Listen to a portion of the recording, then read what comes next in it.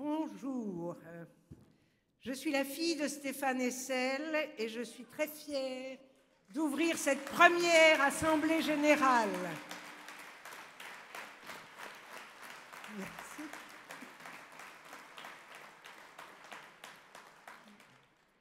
Bien sûr qu'il nous manque. Nous aurions aimé recevoir son indignation face au terrorisme, mais aussi face aux politiques aveugles, aux économies délirantes. Nous aurions aimé partager sa joie devant les élections grecques.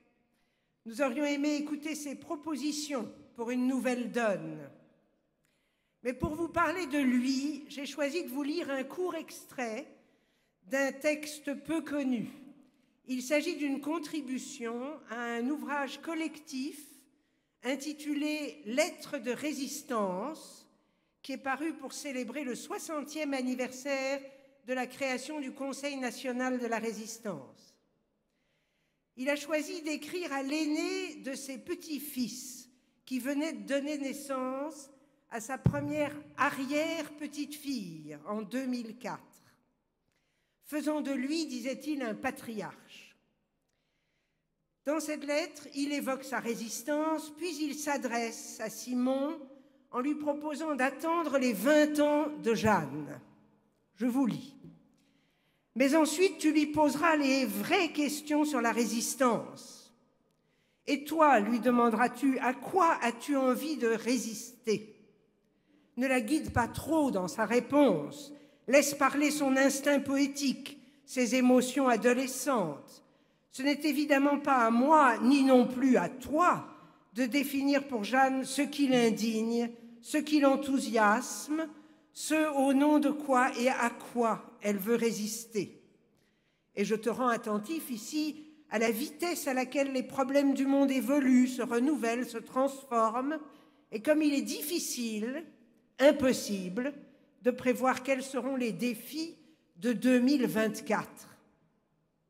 Nous sentons bien que de grandes explosions techniques, scientifiques, peut-être morales, sont en cours, ou plus grave encore en attente, des impatiences, des tentations violentes, des crispations communautaires, ce sont les pires, mais aussi des avancées patientes et courageuses dans le domaine du savoir sur l'homme, sur son inhumanité à résorber, un épanouissement géopoétique. En 20 ans, le monde aura forcément beaucoup changé, voit comme il n'a déjà plus rien à voir avec celui où nous avons élu François Mitterrand à la présidence et l'avons accompagné jusqu'au Panthéon, une rose à la main. Pas question donc de décider à quoi Jeanne devra ou surtout voudra résister. Mais sois sûre que la jeune femme qu'elle sera devenue, enfant du Nord et du Sud, de l'Orient et de l'Occident, saura peser ses choix. Dis-lui alors simplement, de la part de son arrière-grand-père, qu'elle ne deviendra elle-même et heureuse et forte qu'en refusant fermement de se plier à une pente des choses qui lui sera présentée comme inévitable ou à donner son aval à une situation qui la choque, mais qu'on lui dira irrémédiable. De quelque direction que soufflera le vent de l'histoire, c'est la façon courageuse dont Jeanne tendra sa voile qui fera d'elle la navigatrice qu'on s'accordera à dire qu'elle est une vraie résistante. Et la déesse de l'amour, ajoute-t-il, la plus exigeante de toutes, lui prodiguera sa protection. Eh bien, je voudrais adresser ce message à Nouvelle Donne.